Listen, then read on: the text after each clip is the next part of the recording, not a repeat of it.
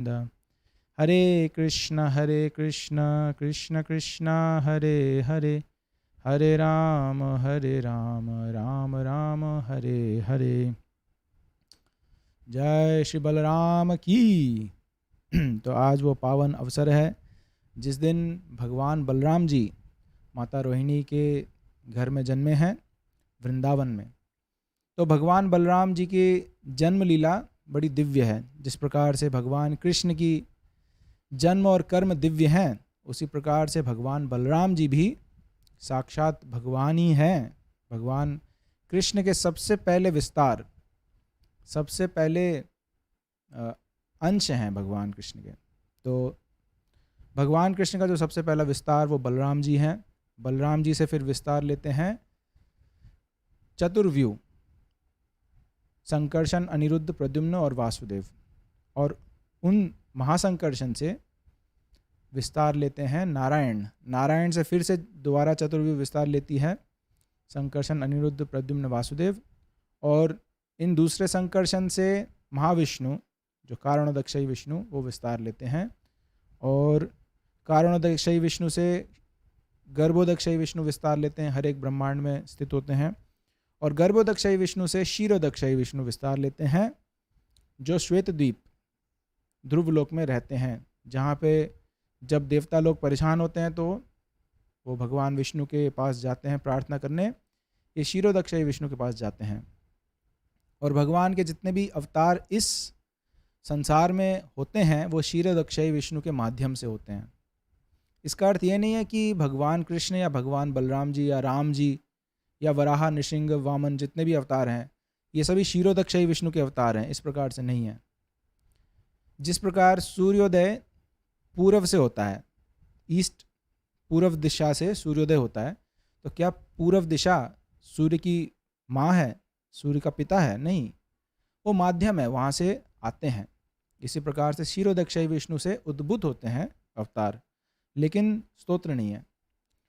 तो श्रीमद् भागवत पुराण में स्पष्ट बताया है, भगवान कृष्ण के विषय में बताया है, एते चामस कला पुंसा कृष्णस्तु भगवान स्वयं।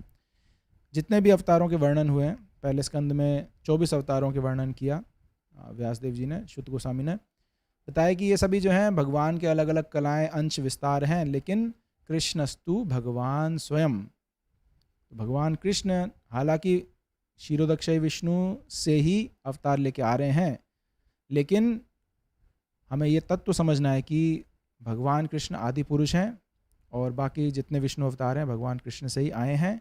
उसके बाद ये माध्यम है, ये मार्ग है, रास्ता है, इस रास्ते से भगवान कृष्ण स्वयं आते हैं। और भगवान कृष्ण के साथ साथ उनके जो बड़े भाई बलदेव, अनंत शेष, बलदेव का एक और विस्तार है अनंत शेष या संकर्षण। तो आज बलराम जी की आविर्भाव दिवस है। और सबसे पहले तो बलदेव आए थे देवकी के गर्भ में 7वें संतान के रूप में। मैं थोड़ा संक्षिप्त कर रहा हूँ ताकि समय के साथ इस कथा को सुन सकें पूरा। तो 7वें संतान के रूप में आए, लेकिन भगवान कृष्ण की योजना थी कि बलराम को वृंदावन पहुँचाया जाए। तो उन्होंने योग माया का आह्वान किया और योग माया से प्रस्तावना रखा, मैं चाहता हूँ कि तुम इस 7वें गर्भ को देवकी के गर्भ से रोहिणी के गर्भ में स्थानांतरित करें, ट्रांसफ़र करें। तो योग माया ने भगवान की आज्ञा से इस प्रकार से रोहिणी के गर्भ में बलराम जी को स्थापित किया और देवकी का 7वां संतान गर्भपात प्रतीत हुआ। इसके बाद भगवान कृष्ण जन्मे। हम सब जानते ही हैं कहानी भगवान कृष्ण की, एक अलग दिन कृष्ण लीला चर्चा करेंगे। भगवान कृष्ण भी फिर मथुरा से वृंदावन लेके गए और उनको यशोदा के पुत्री के साथ अदला बदली किया गया। उसके बाद कृष्ण और बलराम सुरक्षित वृंदावन में महाराज नंद और माता यशोदा के संरक्षण में, माता रोहिणी के संरक्षण में रह रहे थे। अब भगवान कृष्ण और बलराम बचपन में बहुत नटखट थे, बहुत ही मनोहारी, बहुत नटखट लीलाएं करते थे। तो जब छोटे छोटे थे तो माताओं के स्तनपान करते थे, रोहिणी माता और यशोदा माता के स्तनपान करते थे। और धीरे धीरे उनके दांत निकलने लगे, छोटे छोटे दांत। और इसको देख के सभी ब्रजवासी बहुत प्रसन्न हुए, बहुत खुश हुए। और सभी छोटे बच्चों से तो सभी प्यार करते हैं, प्रेम करते हैं, लेकिन खास कृष्ण और बलराम बहुत ही ज़्यादा सुंदर थे, बहुत ही ज़्यादा क्यूट थे। तो इसलिए सब ब्रजवासी का हमेशा मन मोहित रहता था कृष्ण और बलराम को देख करके। और इस प्रकार तुतलाते हुए मम्मा पापा बहुत आनंद देते थे नंद और यशोदा को, रोहिणी को। और फिर जब रेंगने लगे धीरे धीरे, तो अपने चारों पैरों पे, दो हाथ दो पैरों पे रेंगने लगे और वो खेलने लगे। कभी कीचड़ में लोटपोट होते थे, तो कभी गायों के जो बछड़े हैं उन बछड़ों की पूंछ पकड़ के लटक जाते थे और बछड़े डर करके भागने लगते थे, और कृष्ण और बलराम पीछे से फिसलते हुए पूरे गौशाला में, पूरे मिट्टी में, और बीच में गोबर भी है, गोमूत्र भी है, इस तरीके से सब लोटपोट होते थे और उनके पूरे शरीर में गोबर और गोमूत्र और चंदन, पहले से माताओं ने चंदन लेपा था। तो इस तरीके से बहुत ही मनोहारी दृश्य, सभी माताएं बहुत प्रसन्न होके बहुत हंसने लगी, आनंद उठाने लगी। इसके बाद जब थोड़े से और बड़े हुए तो कृष्ण का नटखटपन और बढ़ गया। वो अपने दोस्तों के साथ गुट बना करके गोपियों के घर में जाके माखन चुराते थे, और गोपी लोग ये जान करके कि ये शैतान बच्चे हैं, उस माखन को ऊंचाई पे रखते थे, छिपा के रखते थे।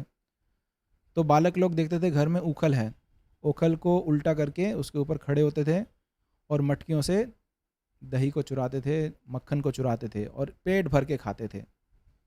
और जब पेट भर जाता था तो फिर बंदरों को और दूसरे जानवरों को भी बांटते थे। और खाते खाते जब बंदर का भी पेट भर जाता है तो फिर वो धिक्कारते थे, अरे बेकार मक्खन है, देखो बंदर भी नहीं खा रहा है। तो आप में से कोई भी यदि माखन खाया है चुरा के या जैसे भी, तो आपको पता है थोड़ा थोड़ा मक्खन ज़्यादा नहीं खा सकते हैं। ज़्यादा खाने के बाद पेट में उल्टी जैसे लगता है और खाने का इच्छा नहीं होता।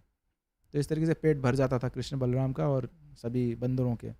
और उसके बाद उस मक्खन के हांडी को तोड़ देते थे, सारा गिरा देते, नीचे फैला देते थे और फिर भाग जाते थे। तो इस तरीके से गोपियों को बड़े तंग करते थे।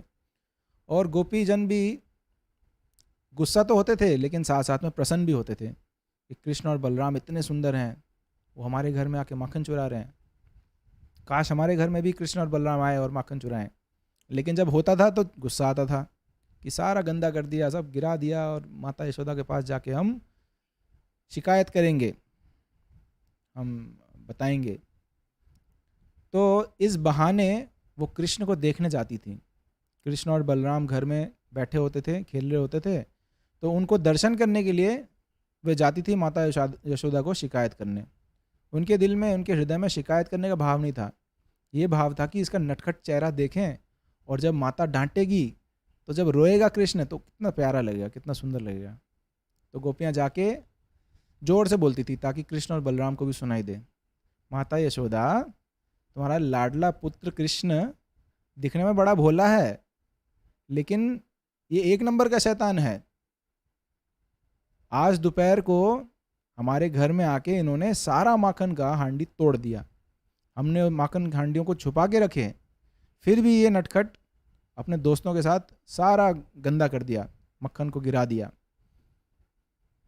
और जिन घरों में मक्खन बहुत ऊंचाई पे रखी गई और पहुंच नहीं पाए या ढूंढ नहीं पाए, मक्खन नहीं रखा उस घर में, कहीं और रखा, तो उस घर में पेशाब करते थे और गंदा करते थे उसको। तो इस तरीके से अलग अलग लीलाएं हैं भगवान के। और गोपियाँ शिकायत करती थी माता यशोदा को, तो माता यशोदा डांटती थी, कृष्ण क्या तुम्हारे घर में माखन नहीं है, क्यों तुम ऐसे चोरी करते हो। और कृष्ण एक मासूम सा चेहरा बनाते हैं, नहीं माता, मैंने नहीं चुराया, झूठ बोल रही हैं गोपियाँ, मैंने बिल्कुल नहीं चुराया माखन। और ब्रज में एक भजन गाते हैं, मैया मोरी मैं नहीं माखन खायो। तो इसके दो अर्थ हैं। कृष्ण बोल रहे हैं मैया मैंने माखन नहीं खाया, और इसका एक और अर्थ है, मैया मैंने ही माखन खाया। तो झूठ भी नहीं झूठ भी नहीं बोल रहे हैं, लेकिन सच भी नहीं बोल रहे हैं। तो इस तरीके से ब्रज में सुनने को मिलता है। और रोने वाला चेहरा जब बन जाता है माता जब कान पकड़ के ऐसे मोड़ती है और कृष्ण का दर्द होने लगता है, नहीं नहीं नहीं नहीं, तब उसकी आँख, उसके जो चेहरा है वो पूरा पिचक जाता है और रोने वाला चेहरा बन जाता है मासूम सा। तब माता यशोदा का भी दिल भर जाता है। वो बोलती है, ठीक है कान्हा, आगे से मत करना, तुम आगे से करोगे तो बहुत मारूंगी, तुमको बहुत डांटूंगी। तो कृष्ण बोलते नहीं नहीं, मैं नहीं करूँगा। तो इस तरीके से होता ही रहता था।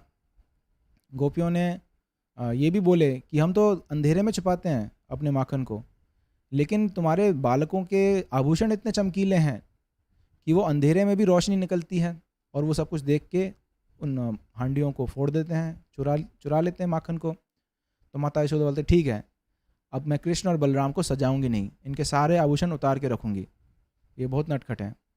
तो इस बात को सुन के बाकी गोपियों को अच्छा नहीं लगा कि नहीं, कृष्ण और बलराम इतने सुंदर हैं और इनके आभूषण इतने अच्छे लगते हैं। नहीं नहीं माता, आपको उतारने की ज़रूरत नहीं है, आभूषण इतने सुंदर लग रहे हैं। और आभूषणों से नहीं, वो तो कृष्ण और बलराम के दिव्य शरीर से आती है ये जो तेज है, इसलिए आभूषण उतारने से भी कोई फ़ायदा नहीं है। तो इस तरीके से गोपियों के साथ बड़े मनोहारी लीलाएं बचपन के थे, नटखट लीलाएं। और यदि माखन नहीं पाया जाता था तो उन गोपियों के छोटे छोटे बच्चों को नोच के रुलाते थे। सुनने में तो बड़ा बहुत ही शैतान लगते हैं। उन बच्चों को नोचते थे और उनको रुलाते थे, और जब बच्चे रोते थे तो माएँ दौड़ के आती थी, क्या हुआ बेटा क्या हुआ, देखा कृष्ण और बलराम भाग रहे हैं बच्चे को नोचने के बाद। तो इस तरीके से वृंदावन में हंसी किलकारियाँ चल रही थी। वहाँ कंस को अपने काल का भय सता रहा था, और इस भय को दूर करने के लिए वह अनेक राक्षसों को वृंदावन भेज रहे थे, अलग अलग जगह भेज रहे थे, मेरे काल को ढूंढो और उसका वध करो। तो पूतना राक्षसी को भेजा, भगवान कृष्ण ने वध कर दिया। उसके बाद शक्टासुर को भेजा, भगवान कृष्ण ने फिर वध कर दिया। उसके बाद तृणावर्त को भेजा, भगवान ने फिर वध कर दिया। और ब्रजवासियों को लग रहा था कि ये बच्चा बड़ा दिव्य है, इसको भगवान विष्णु का रक्षण प्राप्त है, हमेशा ये बच जाता है। ब्रजवासी कभी नहीं सोचते थे कि ये भगवान है, क्योंकि यदि ये ज्ञान होता तो वो अपने प्रेम भाव को प्रकट नहीं कर पाते, वो केवल ऐश्वर्य भाव या प्रार्थना भाव में ही रह जाते। तो इसलिए भगवान ये पसंद करते हैं कि कोई डांटे उनके, कोई उनके साथ खेले, कोई उनको प्रेम से खिलाए, उनका ध्यान रखे। तो वृंदावन में ये सब लीलाएं चल रही थी और बच्चे धीरे धीरे बड़े हुए। जब बच्चे 4-5 साल के हुए तब नंद महाराज ने उनको बछड़ों का ध्यान रखने का सेवा दिया। धीरे धीरे प्रशिक्षण मिलेगा बछड़ों का ध्यान रख के, और बछड़े भी दूर नहीं, अपने ही घर के पास जो गौशाला है वहाँ बछड़ों को संभालना, बछड़ों के साथ खेलना। तो 5 या 6 साल की उम्र तक इस प्रकार से चलता रहा। और उसके बाद जब 6 साल के हुए, 3 अवस्थाएं हैं। पहला अवस्था है कुमार, नहीं, पहला अवस्था है शिशु अवस्था, उसके बाद है कुमार पौगंड, और उसके बाद है कुमार अवस्था। तो 6 से लेके 10 साल की उम्र तक को पौगंड बोला गया है। तो जब पौगंड अवस्था आई, 6 साल के हुए भगवान कृष्ण बलराम, तब नंद महाराज ने उनको गाय चराने का सेवा दिया। अब आप गायों को लेकर के पास के वनों में जा सकते हैं और अपने दोस्तों के साथ खेलते रहो, गाय अपना घास चरेंगी और उनको शाम को लेकर वापस आना। तब कृष्ण और बलराम आदर्श मनुष्य जीवन किस प्रकार बिताना है उसका पूरा प्रशिक्षण दिए हमको। किस प्रकार प्रकृति के देन पर आश्रित होकर व्यक्ति अपने सभी आवश्यकताओं का पूर्ति कर सकता है। कहीं पे भागने दौड़ने की और सिर मारने की ज़रूरत नहीं है। ट्रैफिक में फंसने का, पोल्यूशन में फंसने का, बड़े बड़े ऑफिसेस, बिजनेसेस, इन सब में फंसने की कोई ज़रूरत नहीं है। भगवान ने धरती दी है, धूप दिया है, बारिश दी है, पानी दी है, और अनाज हैं, अलग अलग धान हैं, अनाज हैं या सब्जियां हैं, फल फूल हैं, इनके बीज दिए हैं। आपको केवल हल और गाय भी दिया है, गाय बैल दिए हैं। उनका ध्यान रखते हुए इन सभी सुविधाओं का इस्तेमाल करते हुए आपको खेती करनी है, अनाज उत्पन्न करना है, दाल चावल उत्पन्न करने हैं, सब्जियां उत्पन्न करने हैं, और इसमें हमारा कोई खर्चा भी नहीं है। ज़मीन भगवान ने दिया है, आप बैल से हल जुतवा सकते हैं और बीज डाल सकते हैं, पानी दे सकते हैं नदियों के माध्यम से और बारिश के माध्यम से पानी मिलेगा, और अपने आप वो बीज उगेंगे, पौधे बनेंगे और उनके अंदर फल फूल लगेंगे और आप वो खा सकते हो, अपने जीविका चला सकते हो। इसके अलावा गायों का पालन करने से आपको दूध, दही, मक्खन जितनी आवश्यक वस्तुएं हैं वो सब मिल जाएंगे। और खाद भी मिलेगा, गोबर मिलेगा जो आपके खेतों में इस्तेमाल होगी। तो बलराम जी और कृष्ण जी ये दिखाए कि सीधा साधा सरल जीवन बिता करके भी किस प्रकार हर आवश्यकता को पूर्ण किया जा सकता है और परम आनंद भी प्राप्त किया जा सकता है। बचपन में जो आनंद है, आजकल तो बड़े भारी बैग डाल करके बच्चों को स्कूल भेजा जाता है, लेकिन बचपन होता है खेलने के लिए, खेल कूद करने के लिए और अपने शरीर को हृष्ट पुष्ट बनाने के लिए। अगर अच्छे से बच्चे खेलेंगे और इधर उधर भागेंगे तो उनका शरीर बहुत अच्छा डेवलप होगा और कई सारे चीज़ें सीखेंगे वो करते करते। जिस प्रकार प्रैक्टिकल जीवन में अपना ध्यान रख सकते हैं, अपना कार्य कर सकते हैं अच्छे से। तो शिक्षा भी ज़रूरी है, हम ये नहीं बोल रहे हैं शिक्षा नहीं, क्योंकि कृष्ण बलराम गुरुकुल भी गए, शिक्षा लिए गुरु से, लेकिन बचपन में खेलना कूदना और फिजिकल एक्सरसाइज भी बहुत ज़रूरी है। बलराम जी के हाथ में हल है और हल से वो हल ये प्रतीक है वर्णाश्रम धर्म का, हल जुताई, यानी किस प्रकार ज़मीन पे आश्रित होकर हम अपने आवश्यकताएं पूर्ण कर सकते हैं। बलराम जी गुरु तत्व भी हैं और बलराम जी की कृपा से ही हमारे हृदय में जितने अनर्थ हैं, काम, क्रोध, लोभ, ईर्ष्या, ये सब अनर्थ जो भगवान कृष्ण को बहुत दूर भगा देती हैं, मतलब बहुत दूर डरा देती हैं। भगवान आना भी नहीं चाहते हैं ऐसे हृदय में, दर्शन देना नहीं चाहते हैं जिसके हृदय में ये सब गंदगियां हैं। तो बलराम जी अपने हल से इन सभी अनर्थों को निकालते हैं, हृदय से स्वच्छ बनाते हैं, निर्मल बनाते हैं। तब जो है कृष्ण प्रेम का बीज, भक्ति बीज जो है गुरु आरोपित कर सकते उस शुद्ध खेत में, उस शुद्ध हृदय में, और फिर जो है भगवान कृष्ण का दर्शन होगा, भगवान कृष्ण की लीलाओं का आस्वादन कर पाएंगे और दूसरों को भी कृपा कर पाएंगे। तो बलराम जी बहुत ही आवश्यक हैं। भगवान कृष्ण से पहुंचने से पहले हमें बलराम जी की कृपा प्राप्त करनी पड़ेगी और बलराम जी की कृपा मिलेगी गुरु के माध्यम से। गुरु जो है वो बलराम जी के प्रतिनिधि हैं, हमारे हृदय को स्वच्छ बनाएंगे। तो कई असुर भेजे गए वृंदावन में, उनमें से कुछ असुर बलराम जी द्वारा भी मारे गए। अधिकतर असुर भगवान कृष्ण ने मारे और भक्ति विनोद ठाकुर जो हमारे पिछले आचार्य हैं, उन्होंने इस बारे में बताया कि जो असुर भगवान कृष्ण द्वारा मारे गए ये उन अनर्थों के प्रतीक हैं, उन बुराइयों के प्रतीक हैं जो भगवान कृष्ण के आश्रय लेने से अपने आप चले जाएंगे। भगवान कृष्ण से प्रार्थना करके, भगवान कृष्ण की कृपा से ही ये अनर्थ हमारे हृदय से जा सकते हैं। और जो असुर बलराम द्वारा मारे गए, ये अनर्थों का प्रतीक है जो हमें अपने साधना के बल पर, गुरु के आज्ञा पालन करने के बल पर आध्यात्मिक शक्ति प्राप्त करके इन अनर्थों से मुक्त होना है। तो बलराम जी ने वृंदावन में 2 असुरों का वध किया। पहला असुर था प्रलंबासुर। प्रलंबासुर एक ग्वाल बाल का वेश धारण करके आया, कृष्ण बलराम के साथ खेलने लगा और बलराम को घुड़सवारी करा के सभी से दूर लेके गया और फिर अपना आसुरी शरीर का प्राकट्य किया, बहुत विस्तार किया अपने शरीर को। बलराम जी समझे कि ये असुर है और उनको वहीं पे एक मुक्का मारे सिर पे, एक घूसे में ही उसका सिर फोड़ दिया, खून बहने लगा और वो असुर गिर के प्रलंबासुर मर गया। तो प्रलंबासुर जो है वो अवैध संग और इस प्रकार के इच्छाओं का प्रतीक है। हमें अपने साधना के बल से इन अनर्थों से मुक्त होना है। इसके बाद धेनुकासुर, एक और असुर थे धेनुकासुर, जो तालवन को रक्षा कर रहे थे। तालवन में बहुत सारे ताल के वृक्ष थे और उन ताल के पेड़ों से बहुत खुशबू आ रही थी, पके हुए ताल फलों की। तो एक दिन सभी ग्वाल बाल सखाओं ने कृष्ण बलराम को बोला, हमें बड़ी भूख लगी है और पास में तालवन में बहुत सारे ताल हैं, लेकिन वहाँ पे एक गधासुर, एक धेनुकासुर वहाँ पर रक्षा कर रहा है कंस के लिए, तो कृपया हमको ताल खिलाएं। तो कृष्ण बलराम बोले ठीक है, कोई बात नहीं, चलो देखेंगे उस असुर को। सबको विश्वास था क्योंकि कृष्ण हर रोज 1-2 असुरों को मारते ही थे, तो किसी को भय नहीं था धेनुकासुर का। चलो, जब कृष्ण और बलराम साथ हैं तो क्या दिक्कत है, दाऊ जी का भैया कृष्ण का नैया, तो ये दोनों बलशाली हैं, ये मार देंगे असुर को। तो जैसे पहुंचे तालवन में, बलराम जी ने एक पेड़ देखा जिसमें बहुत सारे ताल के फल थे और उस पेड़ को जोर से हिलाया। बलराम जी बहुत शक्तिशाली हैं, एक बड़े ताल पेड़ को इतना हिलाया कि जितने ताल फल थे वो सब नीचे गिर गए और सारे ग्वाल बाल सखाएं उठा के खाने लगे, उसको उठा के आनंद मनाने लगे। इतने में धेनुकासुर को पता चला कौन आया है मेरे इस ताल वन में, और ताल तोड़ने का हिम्मत किसकी हुई, अभी मैं उसको मृत्यु के घाट पहुंचाता हूँ।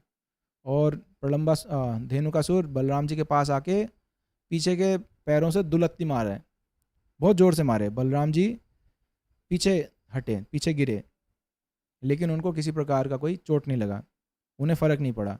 बलराम जी ने एक हाथ से पीछे के पैर पकड़ा धेनुकासुर का और ऐसे घुमाया, कई बार घुमा के फिर छोड़ दिया उनको। हवा में उड़ते उड़ते एक ताल के पेड़ के ऊपर जाके गिर गए और वो सारे ताल नीचे गिरे। धेनुकासुर का वध हो गया। तो सभी देवताएं अचंभित हुए कि ये धेनुकासुर इतना शक्तिशाली, और वहाँ फूल वर्षा होने लगी, जय जयकार हुई बलराम जी की कि बलराम जी ने इन असुर को मार दिया, हरि बोल। इसके बाद धेनुकासुर के जितने मित्र थे वो सब भी गधे के रूप में उस जंगल में रह रहे थे, वन में, वो सब भी आए, आक्रमण किए, और कृष्ण बलराम दोनों जुट हो गए, हाथापाई, और एक एक असुर को पैरों से पकड़ के घुमा घुमा के वही हाल किया जो हाल धेनुकासुर का हुआ। और सारे अलग अलग रंग के गधे थे, अलग अलग रंग के असुर थे, और एक एक पेड़ पे सब लटके हुए हैं।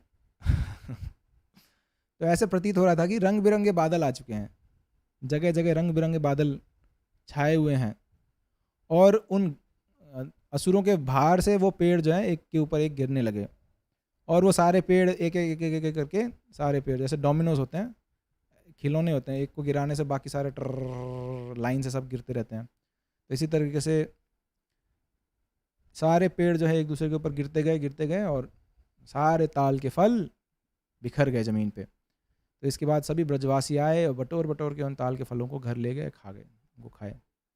तो इस तरीके से बलराम जी ने धेनुकासुर का भी वध किया। धेनुकासुर प्रतीक हैं अज्ञान का, आध्यात्मिक स्वरूप के अज्ञान। ये विचार करना कि मैं ये शरीर हूँ, मैं काला हूँ, मैं गोरा हूँ, मैं स्त्री हूँ, मैं पुरुष हूँ, मैं बुद्धिमान हूँ, मैं कमज़ोर हूँ, मैं कुछ भी।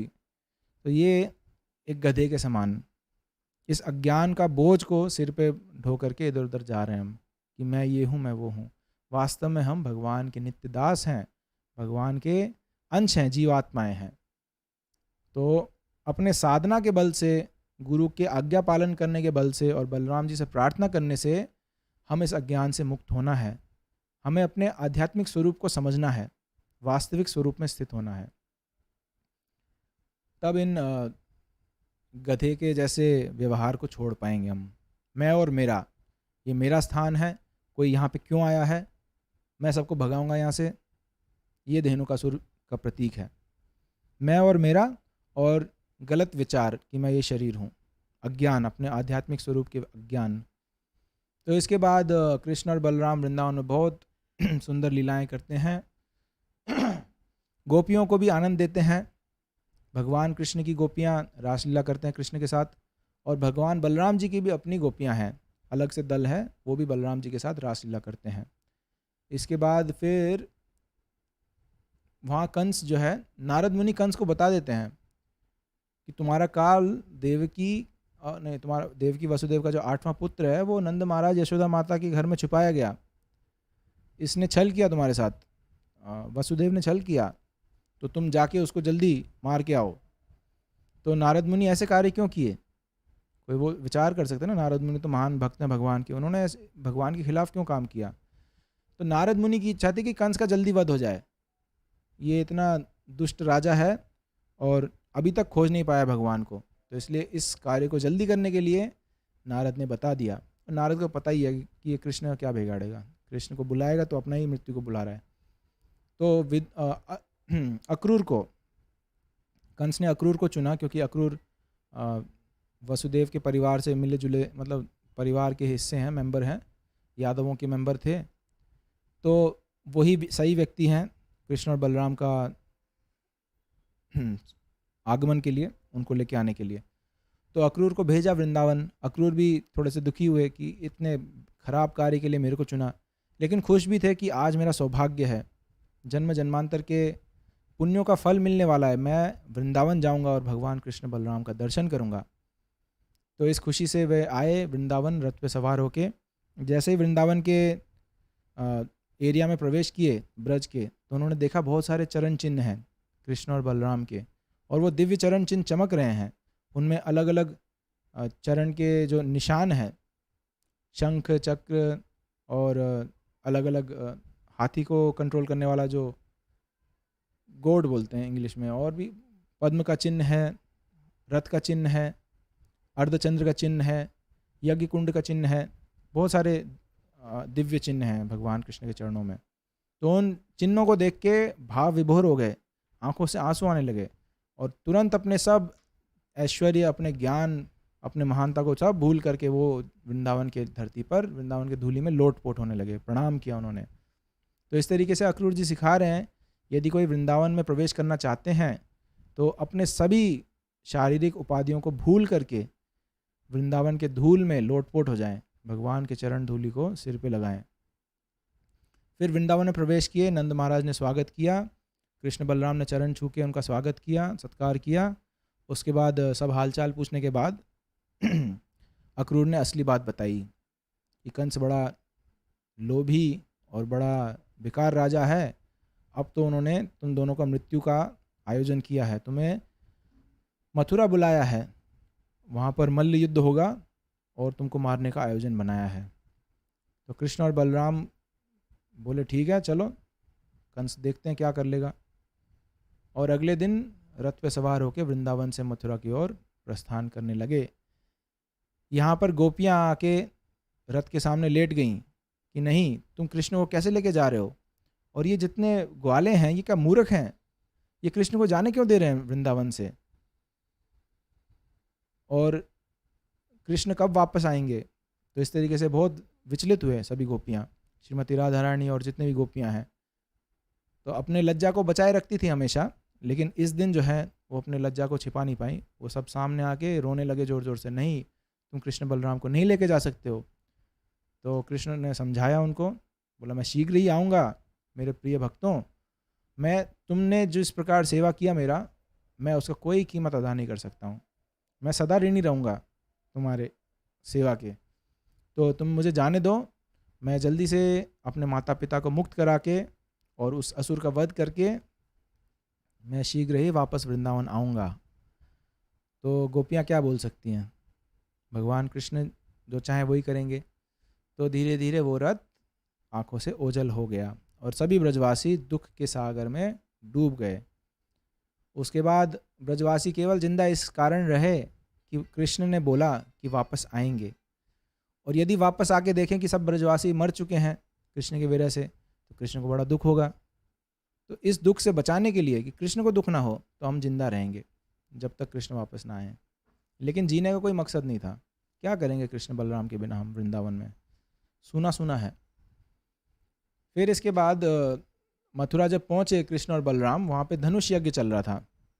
तो उस धनुष को तोड़ा और उस धनुष के 2 टुकड़े करके कृष्ण ने एक टुकड़ा उठाया, बलराम ने एक टुकड़ा उठाया, और सभी कंस के सैनिकों का वध किया। कंस को जब पता चला तो उनको भय और बढ़ गया कि हाँ ये तो बहुत शक्तिशाली हैं, यही मेरा काल है।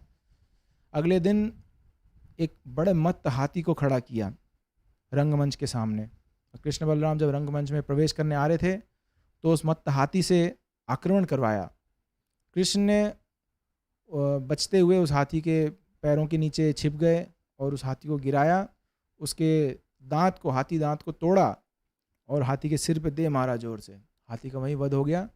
बलराम जी ने दूसरा दांत भी तोड़ लिया और जितने सैनिक आए हमला करने के लिए उन सभी सैनिकों को उन हाथी दांतों से मारा, और दोनों अपने कंधों पे हाथी दांत रख के यज्ञशाला उसमें रंगमंच में प्रवेश करते हैं। कंस का सामना पहली बार हुआ अपने काल से कृष्ण से। तो कंस ने चाणूर मुष्टिक को बोला जाओ युद्ध करो। चाणूर और मुष्टिक आए, कृष्ण बलराम के साथ मल्ल युद्ध किया, हाथापाई किया, 2 हाथ 2 पैर अच्छे से।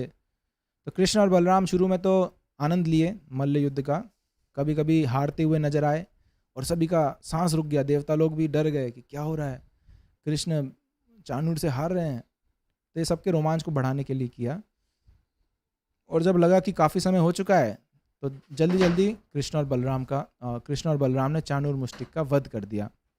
इसके बाद और भी जितने मल्ल थे वो सब भी आए, उन सब का भी वध कर दिया, और कृष्ण छलांग मार के कंस के सिंहासन पे जाके पहुंच गए। कंस को बालों से पकड़ के खींच के धक्का मारे और कंस जो है रंगमंच के बीच में गिर पड़ा। फिर भगवान कृष्ण कंस के छाती पे चढ़े और जोर से मुक्का मार, बहुत जोर से मुक्का मारा। उसी मुक्के में कंस का छाती फट गया, खून रक्त बहने लगा उनके मुख से, और भगवान कृष्ण का दर्शन करते हुए वे अपने प्राणों को त्याग दिए। कंस भगवान कृष्ण को विष्णु मूर्ति रूप में देख पाए, अंत में चतुर्भुज रूप में देखा कंस ने भगवान कृष्ण को। भगवान कृष्ण ने चतुर्भुज रूप दिखाया कंस को, तो इस कारण से कंस को सारूप्य मुक्ति प्राप्त हुई और उनको भी चतुर्भुज रूप मिला। वैकुंठ लोक में जाके भगवान की सेवा की उन्होंने। तो भगवान कृष्ण सर्व मंगलमय हैं और किसी का भी हानि नहीं करते हैं। यदि किसी को मारते भी हैं, किसी असुर को, तो उसका उद्धार हो जाता है, सभी पापों से मुक्त हो जाता है वो असुर। इस तरीके से भगवान कृष्ण और बलराम दिव्य हैं, जन्म कर्म च मे दिव्यम। उनके जन्म भी दिव्य हैं, उनके कर्म भी दिव्य हैं, और जो भी उनके संपर्क में आते हैं वो भी दिव्य हो जाते हैं, इस कलमश से मुक्त हो जाते हैं। तो कंस के वध के बाद कंस के 8 भाई थे, वे सब हमला किए कृष्ण बलराम को। कृष्ण की इच्छा नहीं थी कि अपने मामाओं को मारे, ऑलरेडी एक को मार चुके हैं, तो इसलिए बलराम जी ने इस कार्य को उठाया और उन 8 भाइयों को, कंस के 8 भाइयों को मार दिया। इसके बाद सभी जो पत्नियां विधवा हो गई थी वो सब बहुत रोने लगीं, और कंस की 2 पत्नियां थी, अस्ति और प्राप्ति, वो थे जरासंध के बहन। तो वो दोनों रोते हुए वापस जरासंध के घर गए, वापस अपने भाई के घर गए, और उनको रोते हुए देख जरासंध को बड़ा दुख हुआ और उनके हृदय में बड़ा क्रोध आया कि ये मूर्ख बालक पहले तो अपने मामा का वध करता है और फिर मेरे दोनों बहनों को विधवा बना दिया। मैं इसको नहीं छोड़ूंगा, मैं अभी यादवों को हमला करता हूँ, उनको नाश कर देता हूँ। 13 अक्षौहिणी सेना लेकर के जरासंध पहुंचा मथुरा और आक्रमण किया। कृष्ण और बलराम अपने दिव्य रथों का स्मरण करके वैकुंठ से उनके दिव्य रथ उतर आए। कृष्ण बलराम चढ़े। कृष्ण अपने सारंग धनुष से, इससे पहले थोड़ा सा रिवाइंड करते हैं, कृष्ण और बलराम जहाँ से शिक्षा प्राप्त किए थे, सांदीपानी मुनि के आश्रम। तो कंस को मारने के बाद माता देवकी और वसुदेव को मुक्त कराया गया और देवकी वसुदेव बहुत प्रसन्न हुए अपने बच्चों को देख करके, और फिर उनको शिक्षा दीक्षा के लिए सांदीपानी मुनि के आश्रम भेजा, जहाँ 64 दिनों में कृष्ण और बलराम ने 64 कलाएँ पूर्ण रूप से हासिल की है। उसके बाद सांदीपानी मुनि ने गुरु दक्षिणा के रूप में अपने पुत्र को मांगा। मेरा पुत्र मर गया, समुद्र में डूब गया, तो तुम साधारण बालक नहीं हो, मैं जानता हूँ, इसलिए मैं तुमसे साधारण गुरु दक्षिणा नहीं मांगूंगा, मैं दिव्य दक्षिणा मांगता हूँ, कृपया मेरे पुत्र को लौटाएं। तो कृष्ण और बलराम गए समुद्र देव वरुण के पास। वरुण ने स्वागत किया। कृष्ण ने बोला, कहाँ है वो बेटा सांदीपानी मुनि का? वरुण देव ने बोला, मेरे पास तो नहीं है भगवान, मेरे समुद्र पानी में एक असुर रहते हैं जिनका नाम है पांचजन्य, हो सकता है उसके पास उसने मारा हो। तो कृष्ण पांचजन्य को ललकारे, उनको युद्ध में मार दिए। फिर देखा कि पांचजन्य के पास भी नहीं है वो बालक, फिर गए यमराज के पास। यमराज जी ने स्वागत किया कृष्ण बलराम का, बोले क्या सेवा करूं? तो उन्होंने बोला सांदीपानी मुनि का पुत्र आपके पास है। तो उनको लौटाया और कृष्ण बलराम उस पुत्र को जिंदा करके वापस सांदीपानी मुनि को प्रदान किए। बहुत प्रसन्न हुए सांदीपानी मुनि और आशीर्वाद दिया कि आपका वचन हमेशा नया लगेगा। इसलिए भगवान ने जो गीता वचन बताया वो हमेशा नया लगता है, चाहे कितने भी बार पढ़ेंगे वो नया लगता है। तो इस तरीके से दिखाया गुरु के आशीर्वाद कितनी आवश्यक है, कितना शक्तिशाली है, हमें उदाहरण प्रस्तुत किया। इसके बाद जरासंध ने आक्रमण किया और भगवान कृष्ण ने अपने सारंग धनुष से एक बार में 1000 तीरों को छोड़ते गए और जितने भी 13 अक्षौहिणी सेना आई थी उन सब का वध करते गए। इतना खून बहाया, इतना खून बहाया, बलराम जी ने भी अपने गदा से युद्ध किया कि खून की नदियाँ, रक्त की नदियाँ बहने लगीं, जिसमें कटे हुए हाथ और सिर छोटे छोटे मछलियों जैसे प्रतीत हो रहे थे, और हाथी और घोड़ों के जो शरीर हैं वो छोटे छोटे टापू लग रहे थे। इतना खून बहा, 13 अक्षौहिणी सेना की विध्वंस हो गया और जरासंध को बंदी बना के कृष्ण बलराम के समक्ष अपमानित किया गया और उनको रिहा कर दिया गया, जाओ तुमको हम बख्श देते हैं, जीवन दान देते हैं, जाओ यहाँ से। तो एक क्षत्रिय के लिए बहुत ही ज़्यादा चोट है, ये बहुत गहरा चोट है। उसको मृत्यु स्वीकार है लेकिन अपना अपमान इस प्रकार से स्वीकार नहीं है उसको। तो जरासंध बहुत हताश हुए, वापस अपने मगध राज्य में लौटे और पूरा ही टूट पड़े, हिम्मत हार गए। तब उनके मित्रों ने, असुरों ने बोला कि आप महाराज, आप हिम्मत क्यों हार रहे हैं? युद्ध में कभी हार तो कभी जीत होती है, आप फिर से आक्रमण करें। तो उनका हौसला बढ़ाया, फिर दोबारा 13 अक्षौहिणी सेना लेकर के जरासंध ने मथुरा पे आक्रमण किया। तो ये फिर दोबारा भगवान कृष्ण बलराम ने इन सब 13 अक्षौहिणी सेना का वध कर दिया। फिर से अब उनको बंदी बनाया गया, जरासंध को अपमानित करके छोड़ दिया गया। ये घटना 17 बार घटी। 17 बार जरासंध 13 अक्षौहिणी सेना लेकर के हमला बोले और 17 बार कृष्ण बलराम ने विध्वंस किया उनका। 18वें बार 23 अक्षौहिणी सेना लेके आए, बहुत क्रोधित थे कि इस बार मैं कृष्ण बलराम को नहीं छोड़ूंगा। और साथ साथ में एक और असुर जिनका नाम था कालयवन, उन्होंने भी मथुरा पे हमला बोल दिया। तो जब मथुरा पे दोनों तरफ से आक्रमण हो रहा था तो कृष्ण और बलराम की इच्छा हुई कि मथुरा वासियों को इतना कष्ट हो रहा है, हमारे सैनिकों को बार बार युद्ध करना पड़ रहा है, इसलिए उन्होंने एक योजना बनाई कि मैं द्वारका नगरी स्थापित करूंगा। इस बार भगवान कृष्ण ने समुद्र के बीच में द्वारका नगरी स्थापित किया और सभी ब्रजवासियों को, सभी मथुरा वासियों को द्वारका नगरी में पहुंचाया गया। वहाँ बलराम जी को उनके संरक्षण हेतु खड़ा किया गया। इसके बाद भगवान कृष्ण कालयवन के सामने आके भागने लगे। ऐसे लग रहा था कि रन छोड़ के भाग रहे हैं। तो कालयवन बोले, ए ग्वाले, मेरे से डर के कहाँ भाग रहे हो? रुक तू जरा, तेरा आज मैं ख़त्म करता हूँ तेरे को। तो कृष्ण कुछ ना बोलते हुए बस भाग रहे हैं, आराम आराम से चल रहे हैं, लेकिन ऐसे लग रहा है कि कालयवन पकड़ नहीं पा रहे हैं कृष्ण को। ऐसा लग रहा है कि कृष्ण भाग रहे हैं। तो एक पास में एक पर्वत में गुफा है, उस गुफा में गए, वहाँ पे मुचकुंद महाराज सो रहे थे। तो उस गुफा में जाके छिप गए कृष्ण भाग करके। तो कालयवन वहाँ पहुँचा और उन्होंने देखा एक व्यक्ति सो रहे हैं। हो सकता है ये कृष्ण ही है, यहाँ पे आके आराम से सो रहा है, रणभूमि छोड़ के भागा और तो आराम से सो रहा है, इतना निर्लज्ज है, और जोर से लात मारे। जब अकस्मात जब मुचकुंद महाराज का नींद खुली तो उन्हें बड़ा क्रोध आया। उन्होंने अपने आंखें खोल के मुचकुंद को देखा और कालयवन को देखा और कालयवन वहीं जल के भस्म हो गया। तो मुचकुंद का भी एक बहुत लंबा हिस्ट्री है, अभी बताएंगे नहीं आपको, आप कृष्ण लीला पढ़िए, बहुत सुंदर मनोहारी लीलाएं हैं। तो इसके बाद अब तो जरासंध भी बचे हैं 23 अक्षौहिणी सेना लेकर के, और कृष्ण की इच्छा नहीं थी कि उनके मथुरा के सेना को इतना कष्ट हो, फिर से इतने सारे सैनिक मारे जाएं जरासंध के भी। तो कृष्ण जरासंध के सामने से भी भागने लगे। कृष्ण और बलराम दोनों जरासंध के सामने आकर के वहाँ से भी भागने लगे। रन छोड़, इसलिए भगवान कृष्ण का एक नाम है रन छोड़। तो जरासंध भी बड़ा खुश हुआ, देख ग्वाले भाग रहे हैं, इधर आ, रुक, अभी बताता हूँ तुमको, सबक सिखाता हूँ, क्या समझ रखा है तुमने? तो बहुत सारा कुछ बोलते बोलते वो भी अपने सेना लेकर के पीछे पीछे भाग रहे हैं कृष्ण बलराम के। तो कृष्ण बलराम एक बहुत ही ऊंचे पर्वत, प्रवर्षण पर्वत के ऊपर चढ़ जाते हैं, छिप जाते हैं, और नीचे जरासंध चारों तरफ से उस पर्वत में आग लगा देता है कि ये पर्वत में जहाँ पे भी छिपे हों वो सब जल के भस्म हो जाएंगे।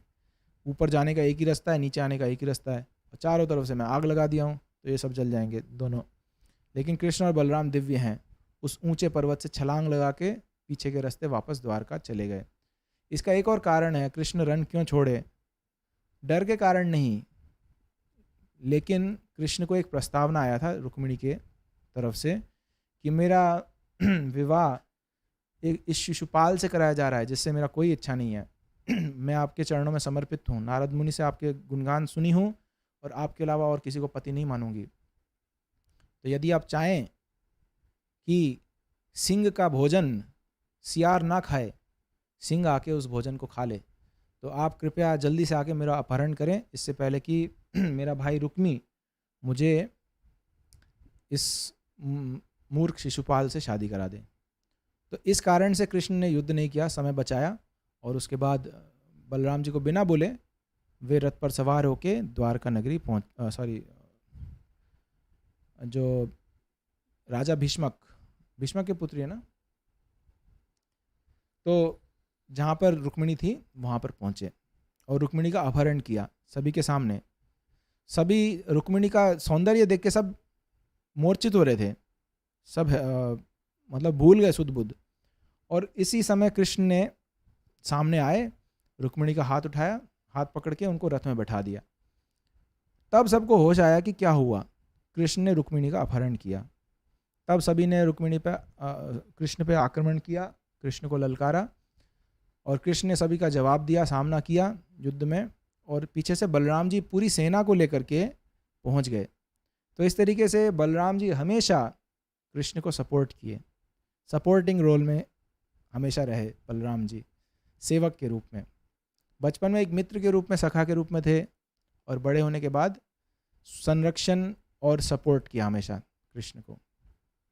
कभी कभी गुस्सा होते थे, दाऊ है ना, बड़े भाई हैं, गुस्सा होने का अधिकार है। तो इस तरीके से बड़ा मीठा मधुर संबंध था कृष्ण और बलराम का।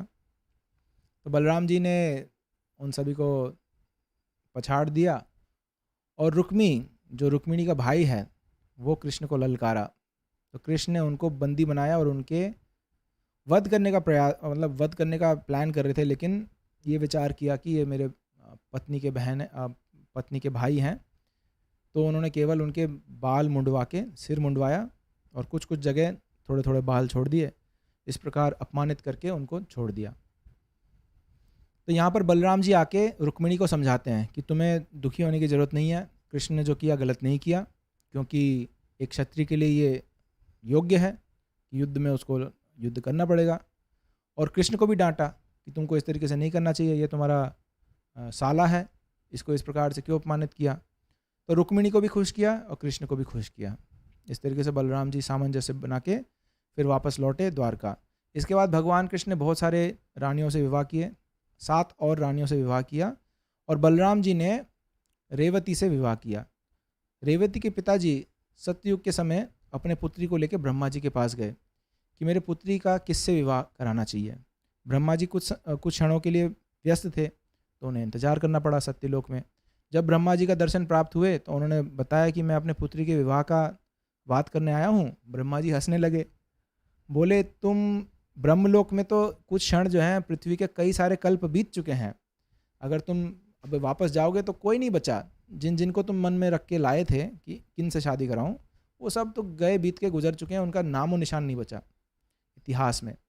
लेकिन एक योग्य व्यक्ति हैं, स्वयं भगवान बलराम जी के अवतार के आए हैं, और वही योग्य हैं तुम्हारे बेटी के हाथ स्वीकार करने के लिए। जल्दी से जाओ, इससे पहले कि देर हो जाए, और अपने बेटी को बलराम जी को सौंप दो। तो इस प्रकार से बलराम जी का विवाह रेवती से हुआ, और भगवान कृष्ण ने 8 विवाहें किए, रुक्मिणी से प्रारंभ करके, फिर उसके बाद सत्यभामा, जाम्बवती, सत्या और मित्रविंदा, अलग अलग अपने जो 8 पटरानियाँ हैं उन सभी से विवाह किया, और कई सारी लीलाएं हुए। अभी समय को देखते हुए उन सभी लीलाओं का चर्चा नहीं कर पाएंगे। बलराम जी एक बार मिथिला के राजा जनक महाराज बहुत प्रिय मित्र थे बलराम जी के, तो बलराम जी मिथिला का प्रवास किए और वहाँ पे कई वर्ष बिताए अपने मित्र जनक महाराज के साथ। इस समय इस मौके का लाभ उठा करके दुर्योधन और महाराज धृतराष्ट्र अर्जुन के शरण में आए। दुर्योधन जो हैं वो बलराम जी के शिष्य बने और गदा युद्ध के कला में प्रशिक्षित हुए बलराम जी से। तो बलराम जी इतने शक्तिशाली हैं जिनके एक अवतार अनंत शेष सभी ब्रह्मांडों को अपने सिर पर धारण करते हैं। तो सोचें, अगर बलराम जी किसी को गदा युद्ध सिखाएं, कितना कुशल और कितना महान योद्धा बन सकता है। तो बलराम जी ने दुर्योधन को सिखाया ये युद्ध कला। और इसके बाद जब पांडवों कौरवों में झगड़ा हुआ तब बलराम जी को अच्छा नहीं लगा। कृष्ण और बलराम ने पहले ही प्रतिज्ञा लिया कि हम किसी का पक्ष नहीं लेंगे, क्योंकि दोनों तरफ से हमारे परिवार संबंधित हैं। बलराम जी का शिष्य हैं दुर्योधन, और कृष्ण तो खास अर्जुन के मित्र हैं। तो इस तरीके से झगड़ा हो जाएगा कृष्ण बलराम में यदि कुछ, और यदि पक्ष लेने के बात आए तो हो सकता है बलराम जी कौरवों का पक्ष ले लें। तो इसलिए दोनों ने विचार किया कि नहीं, हम किसी का पक्ष नहीं लेंगे। लेकिन भगवान कृष्ण ने अपनी नारायणी सेना एक तरफ रखी और दूसरी तरफ अपने आप को रखे। बोले, मैं अगर तुम मेरे को चुनोगे तो मैं कोई युद्ध नहीं करूँगा, मैं शस्त्र नहीं उठाऊँगा, मैं केवल साथ में रहूँगा तुम्हारे। तो अर्जुन ने कृष्ण को चुना और मूर्ख दुर्योधन ने नारायणी सेना को चुना। बलराम जी ने ये सब जान करके कि क्या होने वाला है, दुर्योधन जो है अपराध किया है भक्तों के प्रति और भगवान के विपक्ष में खड़ा है, तो इसका क्या गति है मुझे पता ही है। तो बलराम जी परेशान होके बोले, ये इस युद्ध से दूर जाने के लिए मैं तीर्थ यात्रा का, भ्रमण का बहाना बनाता हूँ। तो बलराम जी तीर्थ यात्रा पर निकले और सभी तीर्थ स्थानों को पवित्र किया। सबको हमें ये भी सिखाए कि किस प्रकार से तीर्थ यात्रा करना चाहिए। तो बलराम जी सबसे पहले पहुँचे कुरुक्षेत्र, जहाँ शमंत पंचक वहाँ पर स्नान किया और उसके बाद चक्र तीर्थ और अनेक तीर्थों का भ्रमण करते हुए वहाँ नैमिषारण्य पहुँचे। नैमिषारण्य में एक महान यज्ञ आयोजित हुआ था, हजारों साल तक चलने वाला यज्ञ, क्योंकि अभी युग अंतर होने वाला था, द्वापर युग खत्म होने वाला था और कलयुग प्रारंभ होने वाला था। तो इन युगांतरों में इस प्रकार के पुण्य कार्य किए जाने चाहिए, यज्ञ किए जाने चाहिए। तो ये सभी ब्राह्मण वहाँ मिल करके महाराज सौनक ऋषि उन सभी ब्राह्मणों के मुखिया थे और उन्होंने चुना कि हम रोमहर्षण, जो कि व्यासदेव के शिष्य हैं, उनसे हम कथा सुनेंगे, उनसे हम यज्ञ कराएंगे। तो बलराम जी आए, वहाँ पर बड़ा यज्ञ हो रहा है, सभी ऋषि मुनि एक ही जगह एकत्रित हुए हैं, तो उनका दर्शन किया जाए। और सभी ऋषि मुनियों ने बलराम जी को देख के उनको स्वागत किया, उनके स्वागत में खड़े हुए सत्कार में, क्योंकि वे जानते थे कि ये साधारण मनुष्य नहीं है, स्वयं भगवान है। लेकिन रोमहर्षण इस बात को ना समझ सका। वे व्यासासन पे बैठे थे कथा बताने के लिए, लेकिन उन्हें मालूम नहीं चला कि बलराम जी भगवान है, और उन्हें लगा कि मुझे खड़े होने की ज़रूरत नहीं है क्योंकि मैं कथा व्यास हूँ, तो इसलिए इसमें कोई गलती नहीं है यदि मैं खड़ा नहीं होता हूँ, स्वागत नहीं करता हूँ। तो बलराम जी को ये बात अच्छी नहीं लगी कि रोमहर्षण इतना अहंकारी है, बाकी सारे ब्राह्मण जो उनसे भी ज़्यादा योग्य हैं वे सब खड़े हुए हैं, लेकिन रोमहर्षण अहंकार में है। इसका एक कारण ये भी है क्योंकि रोमहर्षण एक क्षत्रिय पिता और एक ब्राह्मणी माता से जन्मे हैं, प्रतिलोम विवाह के पुत्र हैं। तो इस प्रकार का दंभ, इस प्रकार का अहंकार थोड़ा स्वाभाविक है उनमें। तो बलराम जी को ये बात अच्छी नहीं लगी और उन्हें लगा कि इनसे ज़्यादा योग्य व्यक्ति को कथा व्यास बनानी जानी चाहिए। तो उन्होंने, बलराम जी ने एक कुश का घास उठा करके रोमहर्षण के सिर पर छू दिया और वहीं पर रोमहर्षण की मृत्यु हो गई। तब सभी ब्राह्मण रोने लगे, विचलित हुए कि हमने तो इनको बहुत दीर्घायु का आशीर्वाद दिया और इनसे कथा सुनने वाले थे, आपने तो पूरा उल्टा ही काम, मतलब उल्टा ही कर दिया, इनका वध कर दिया, हमारा वचन तो भंग हो गया और हम कथा किससे सुनेंगे। अब आपने एक ब्राह्मण की हत्या की है, आपको इसका प्रायश्चित भी करना चाहिए। तो बलराम जी हाथ जोड़ के विनम्रता से बोले, हे मुनि श्रेष्ठों, यदि आप आज्ञा दो, यदि आप बताएं तो मैं इनको तुरंत जिंदा कर दूंगा। तो सभी ऋषि मुनि ने बोले, नहीं नहीं, आपकी इच्छा है कि ये मारे जाएं तो निश्चित मारे जाएं, लेकिन आप हमारे दुविधा को दूर कीजिए, हम किससे कथा सुनेंगे, किनसे यज्ञ कराएंगे। बलराम जी ने फिर उनके पुत्र, जो रोमहर्षण के पुत्र थे, रोमहर्षण सुत, जिनका नाम सुत गोस्वामी भी है, उनको चुना कि ये ज़्यादा योग्य हैं, आप इन पिता के प्रतिनिधित्व पुत्र करते हैं, तो ये रोमहर्षण सुत जो हैं वो अपने पिता के ओर से ये कथा करेंगे और आप इनसे सुनिए। तो फिर सूत गोस्वामी ने नैमिषारण्य में सौनकादि ऋषियों को भागवत पुराण सुनाई। हजारों साल तक चलता रहा ये यज्ञ। इसके बाद प्रायश्चित के रूप में बलराम जी ने एक असुर का वध किया जिनका नाम था बलवल। बलवल असुर जब भी यज्ञ करते थे ऋषि मुनि, वहाँ पे आके मलमूत्र और हड्डी खून ये सब फेंकते थे इस यज्ञ कुंड में, अपवित्र करते थे। तो बलराम जी ने अपने हल से उनको पकड़ के खींचा, वो एक बादल के रूप में आते थे, बवंडर के रूप में। तो बलराम जी ने उनको हल से पकड़ के खींचा और उनको मार दिया युद्ध करके। इसके बाद बलराम जी एक और असुर का वध किए जिनका नाम था द्विविद। द्विविद तो भगवान रामचंद्र के समय से हैं, एक गुरिल्ला, एक वानर हैं। भगवान राम के सेना में भी अंश लिया था उन्होंने अच्छे थे, लेकिन कई सारे असुरों का संग करके वो बिगड़ गए।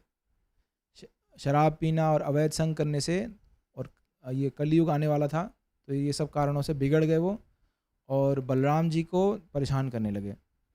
ऐसे तो द्वारका के पास जितने सुशील परिवार के लोग थे उनको अपहरण करके बड़े बड़े गुफाओं में छुपाते थे और स्त्रियों का अपहरण करके उनका बलात्कार करते थे और पास के समुद्र में जाकर के बड़े बड़े लहर बनाते थे अपने हाथों से और आसपास के गांवों को अपलावित करते थे। तो एक दिन जब बलराम जी मधुर संगीत के साथ अपने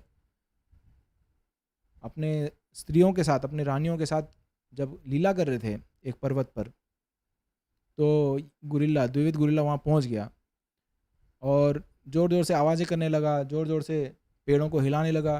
तो शुरू में तो बलराम की संगिनियाँ हंसने लगीं कि देखो एक वानर आया है और क्या क्या शैतानी कर रहा है, लेकिन हद करने लग गया, अपने निम्नांगों को प्रदर्शित करने लगा और गोपियों के उन स्त्रियों के कपड़ों को खींचने लगा, तोड़ फाड़ने लगा। तब बलराम जी को गुस्सा आया। बलराम जी ने एक पत्थर उठा के फेंका, ये सोच के कि साधारण सा बंदर है, भगाओ इसको। लेकिन द्विविद ने बलराम जी के वारुणी के पात्र को चोरी करके तोड़ दिया।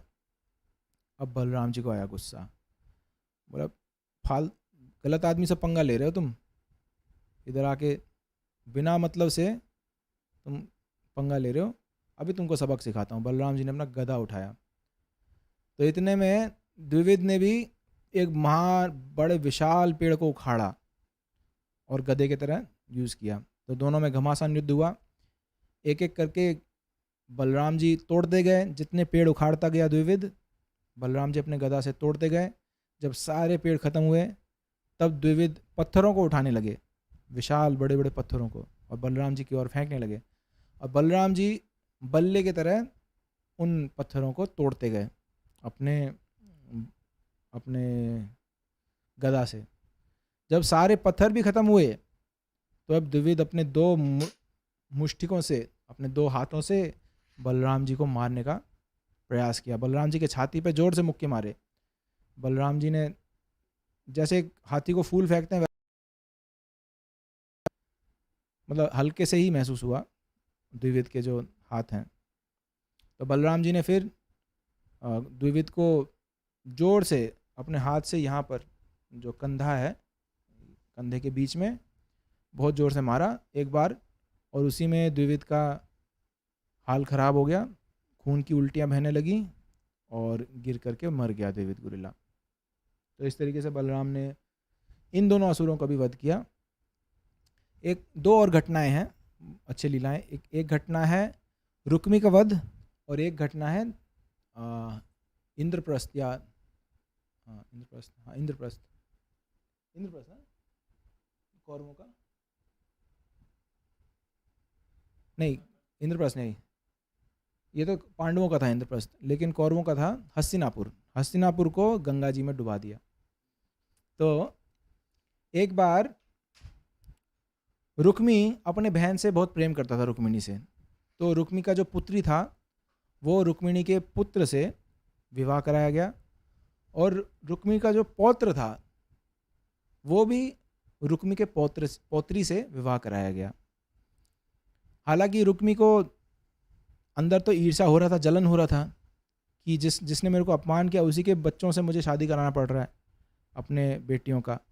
लेकिन अपने बहन के प्रेम से उन्होंने स्वीकार किया और वहाँ पर सभी गए, कृष्ण बलराम और सभी यादव गए उस विवाह समारोह में।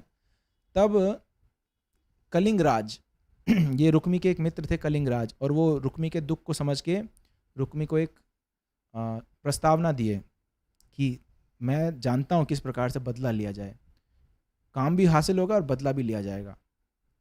तो तुम बलराम को शतरंज के लिए बुलाओ, हम बलराम के साथ बाजी खेलेंगे, और बलराम को मैं हराना जानता हूँ, हम उसको अपमानित करेंगे और खूब जितना तुम्हारा अंदर दुख है, अंदर दर्द है, वो तुम बलराम को अपमान करना अच्छे से। तो ठीक है, बलराम जी बोले ठीक है चलो हम खेलते हैं, शतरंज खेलते हैं, क्योंकि क्षत्रिय को शतरंज या अगर युद्ध या शतरंज में ललकारा जाए तो क्षत्रिय मना नहीं कर सकता। तो बलराम जी ने 100 सोने के सिक्के दांव पे लगा के खेला।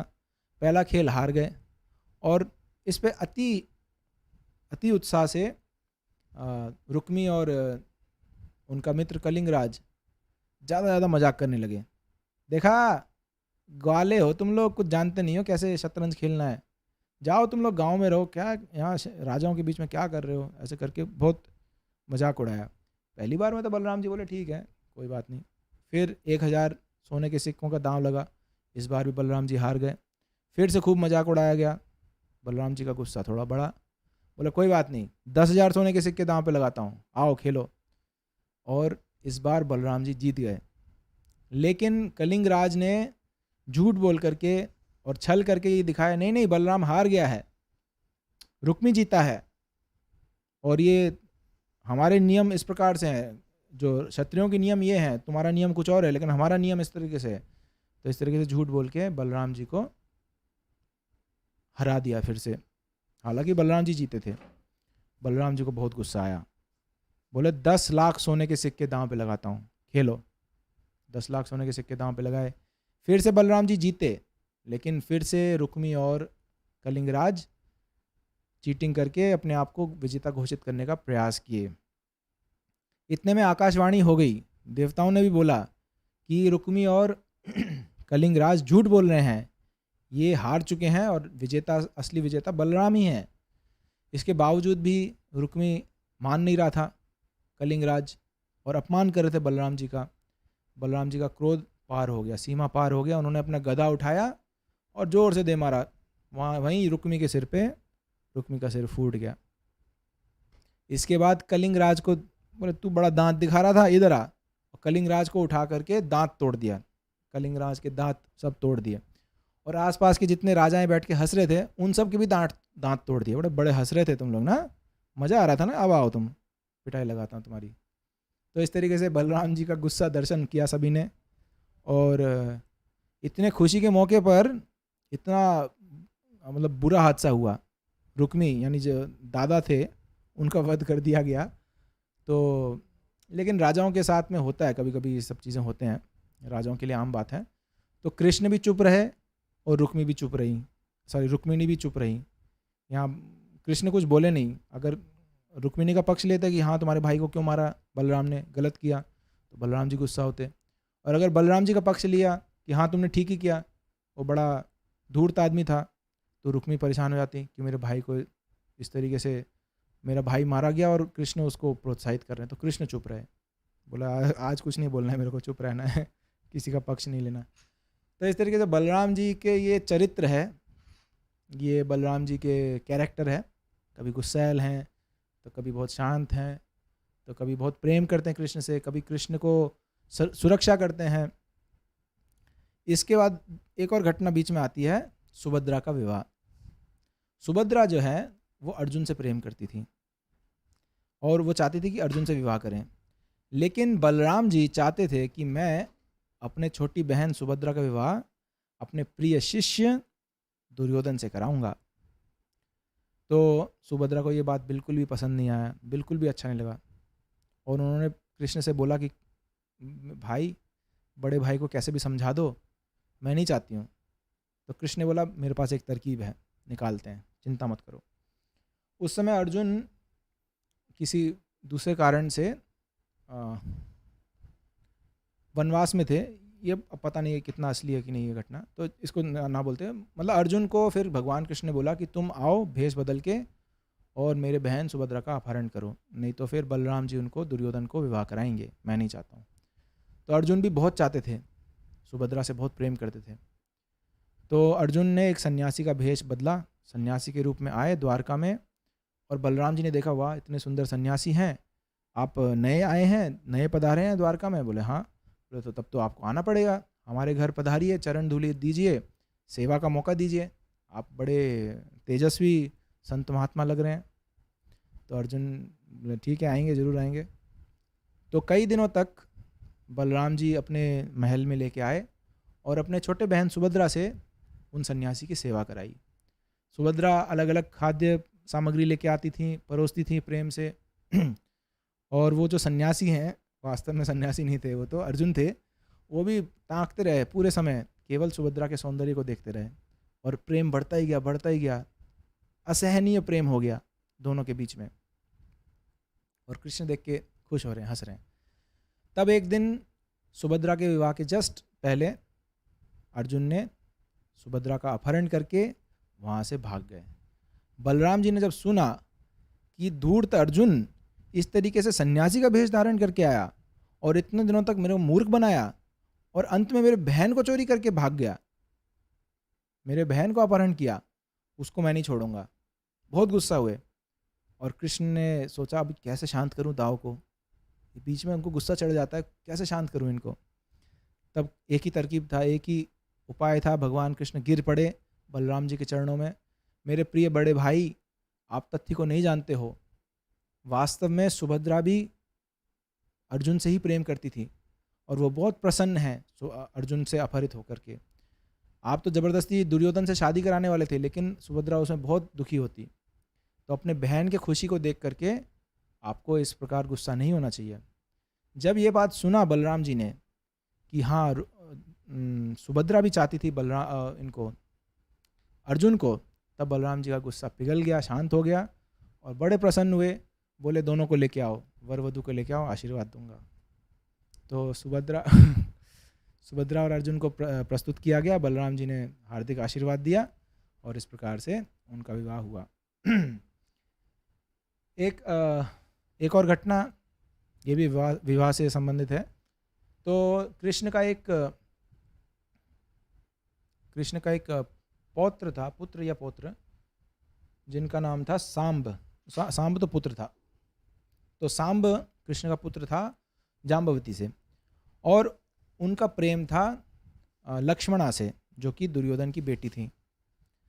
तो सांब जो है लक्ष्मणा को अपहरण करके, स्वयंवर में लक्ष्मणा किसी और को चुनना चाहती थी, लेकिन सांब जबरदस्ती करके लक्ष्मणा को अपहरण करके भागने लगे।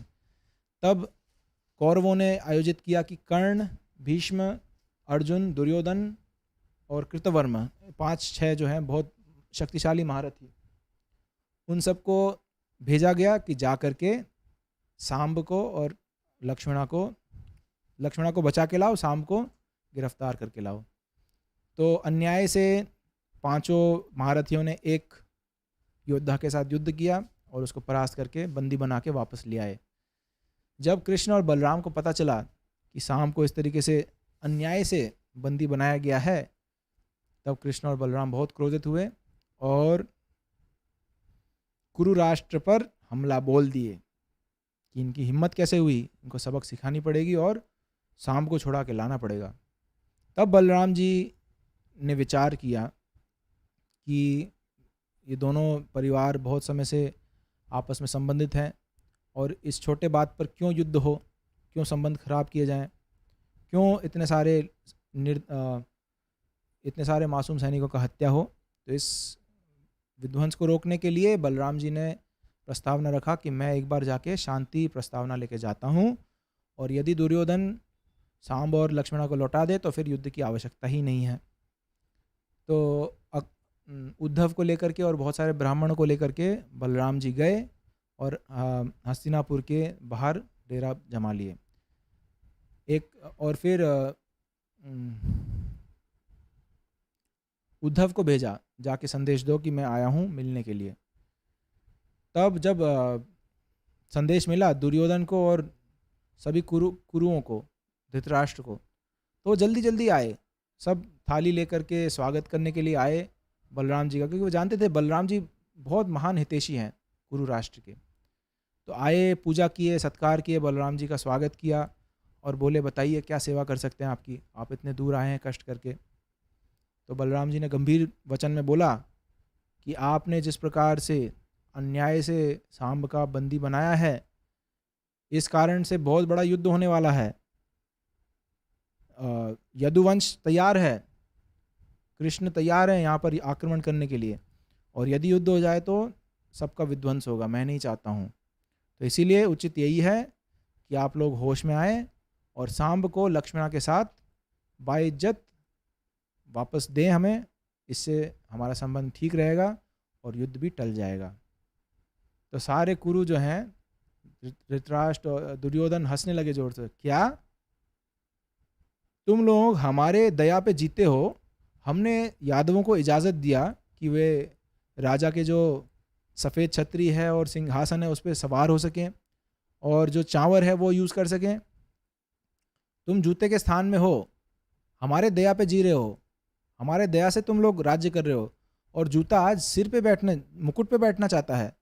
ये देखो किस प्रकार का किस प्रकार का दंभ और अहंकार है तुम लोगों का। और इस प्रकार से काफ़ी सारे अपशब्द बोले, काफ़ी सारे कठोर वचन बोल करके वहाँ से वापस हस्तिनापुर लौटे। बोले तुम अपने अधिकार से ज़्यादा मांग रहे हो तुम। तो बलराम जी का गुस्सा बहुत ज़्यादा बढ़ा, हद पार हो गया। बलराम जी ने बोला इतना अहंकार, जिनको ब्रह्मा जी, शिव जी और सभी देवताएं पूजा करते हैं कृष्ण को, उनको साधारण मनुष्य बोला इन्होंने, उनका शक्ति नहीं जानते हैं। मैं उनका हित करने के लिए आया हूँ, मेरा ही अपमान कर दिया इन्होंने। अभी मैं इनको सबक सिखाता हूँ। ज़्यादा गर्मी चढ़ी है सिर पे। बलराम जी ने अपने हल को जोर से गाड़ा हस्तिनापुर के ज़मीन में, और पूरा हस्तिनापुर हिलने लगा। भूकंप आया, पूरा हस्तिनापुर हिलने लगा। और बलराम जी ने बोला अभी मैं डुबाता हूँ पूरे हस्तिनापुर को, जिस पे तुम लोगों को इतना अहंकार और गर्व है, सबको डुबाता हूँ। और हस्तिनापुर को खींचने लगे गंगा जी की ओर।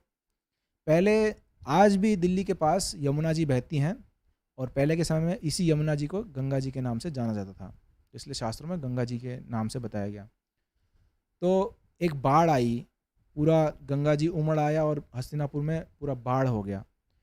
तब दुर्योधन को होश आया, सभी कौरवों को होश आया कि हमने बहुत बड़ा अपराध किया है, और लक्ष्मणा को और शाम को सामने रखते हुए जल्दी से भाग करके वापस बलराम जी के पास गए और बोले क्षमा कीजिए, क्षमा कीजिए, हम तो केवल आपके साथ कुछ हंसी मजाक कर रहे थे।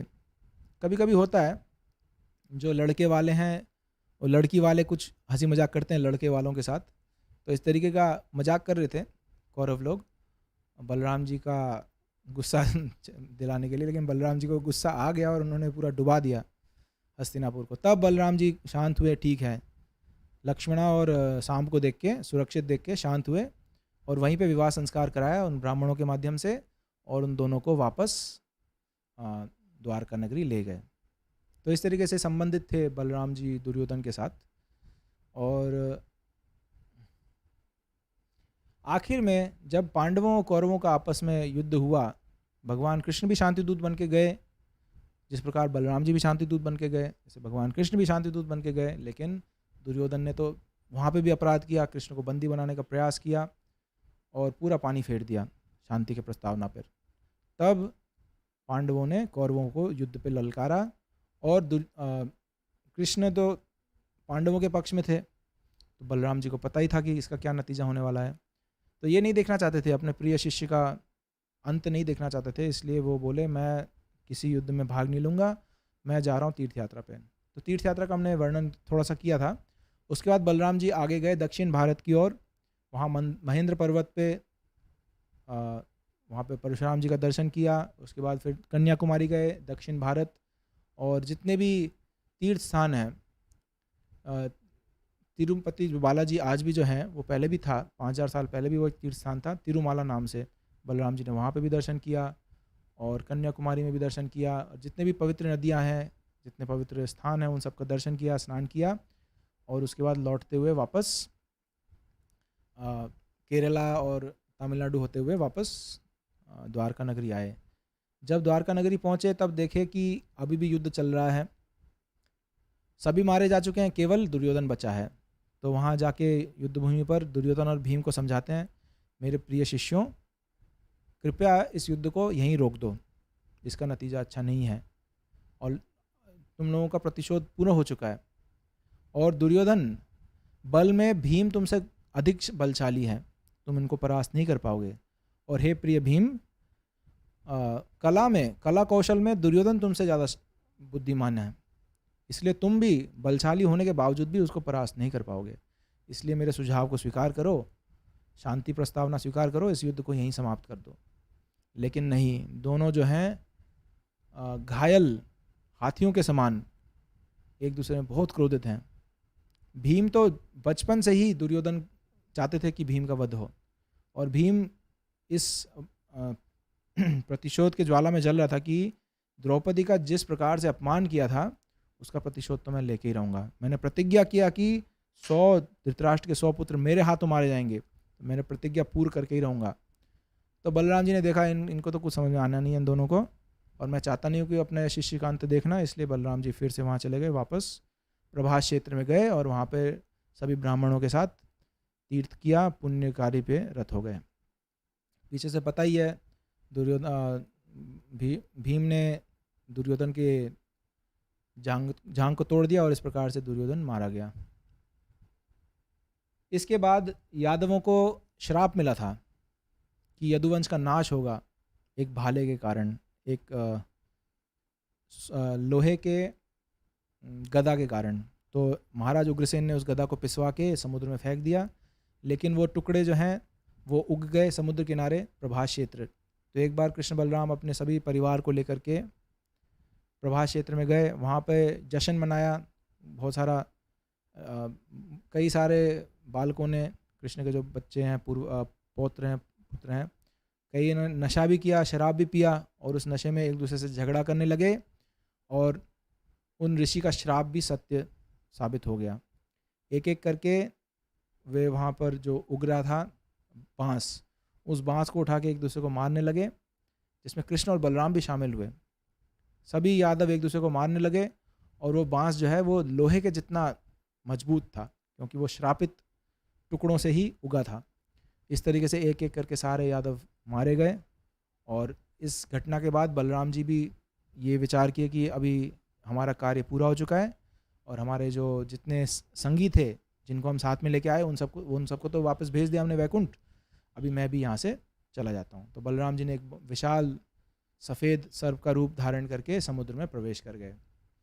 इस सब के बावजूद भगवान कृष्ण एक बड़े बरगद वृक्ष के नीचे बैठे, और एक जरा नाम के एक शिकारी ने उनको हिरण मानते हुए दूर से एक तीर छोड़ा, और इस तीर के नोक जो है वो भी एक टुकड़ा ही था उस भाले का, उस गदा का। तो इस प्रकार से भगवान कृष्ण ने आयोजन किया कि उनका भी ऐसा लगे कि वे भी शरीर छोड़ के जा चुके हैं, लेकिन भगवान अपने स्वयं के शरीर में वापस गए। देवता लोग सब देख पाए और फूल बरसाए, और भगवान अगले लोक में, अगले पृथ्वी पर जहाँ पर लीला होने वाली है, भगवान कृष्ण बलराम और सभी यदुवंश अगले स्थान पे स्थानांतरित हुए जहाँ पर फिर से लीला होगी। तो इस प्रकार से भगवान कृष्ण और बलराम के पूरा जीवन लीला संक्षेप में आज हमने सुना। और आज बहुत ही पवित्र दिन है, बलराम जी का आविर्भाव दिवस। आज के दिवस हम बलराम जी से प्रार्थना कर सकते हैं, कृपया वो हमारे हृदय में जितने भी अनर्थ हैं, जितने भी गंदगी हैं, काम क्रोध लोभ, इन सबको साफ कर सके अपने हल से, ताकि हमारा हृदय एक सुंदर बागान बन सके, एक सुंदर स्वच्छ स्थान बन सके जहाँ भगवान कृष्ण आकर के प्रकट होना चाहें। बलराम जी गुरु तत्व भी हैं, वे हमें शिक्षा देंगे, प्रशिक्षण देंगे किस प्रकार से भगवान कृष्ण की सेवा करें। स्वयं तो वो हर प्रकार से भगवान कृष्ण की सेवा करते ही हैं। भगवान के आसन है, चाहे भगवान का चांवर है, चाहे भगवान का चप्पल जूता है, चाहे भगवान के कपड़े हैं, ये सभी भगवान बलराम जी के ही विस्तार से ही उद्भूत होते हैं। इसके अलावा साख्य रस में और वात्सल्य रस में सेवा करते हैं, एक मित्र की तरह सेवा करते हैं, और एक बुजुर्ग मतलब बड़े, कृष्ण से बड़े हैं इसलिए उनका चिंता भी करते हैं, उनका ध्यान भी रखते हैं बलराम जी। तो इस तरीके से हमें सिखाते हैं कैसे भगवान से प्रेम करना है, कैसे भगवान की सेवा करनी है। तो आज के दिन उम्मीद करता हूँ कि आप सब 12 बजे तक व्रत रखेंगे, छोटा सा व्रत है, और उसके बाद एकादशी का प्रसाद खाएं। आज अन्न ना खाएं, क्योंकि बलराम जी विष्णु तत्व हैं, भगवान साक्षात भगवान हैं, इसलिए उनके सम्मान में आज हम अन्न नहीं खाएंगे। आज हम उपवास करेंगे, और 12 बजे के बाद फल और सब्जियां जो एकादशी में खाते हैं वो आप खा सकते हैं। और आज शाम को भी हमारे गुरु महाराज जी का कथा आएगा 7 बजे, तो उन कथा को भी, वो बंगाली में है, जो बंगाली समझते हैं वो देखिए, गुरु महाराज के चैनल पे हम उसको भी लाइव दिखाएंगे। तो उम्मीद है किसी का कोई प्रश्न नहीं है, क्योंकि भगवान की लीलाएं आस्वादनीय हैं, इसमें तर्क और प्रश्न का ज़्यादा स्थान नहीं है प्रभुपाद जी के अनुसार। तो इसलिए आप सबका बहुत बहुत धन्यवाद। और आप जिधर भी हैं, अधिकतर भक्त शायद वृंदावन में हैं, अभी 11 बजे अभिषेक होगा मंदिर में, तो आपके लिए 10 मिनट का समय छोड़ा है केवल, आप जल्दी से अभिषेक में जाएं। और जो वृंदावन में नहीं है, आप ऑनलाइन जुड़िए, वृंदावन के चैनल पे ऑनलाइन देखिए कृष्ण बलराम जी का अभिषेक। जय बलराम की। हलधारी और गदाधारी बलराम की।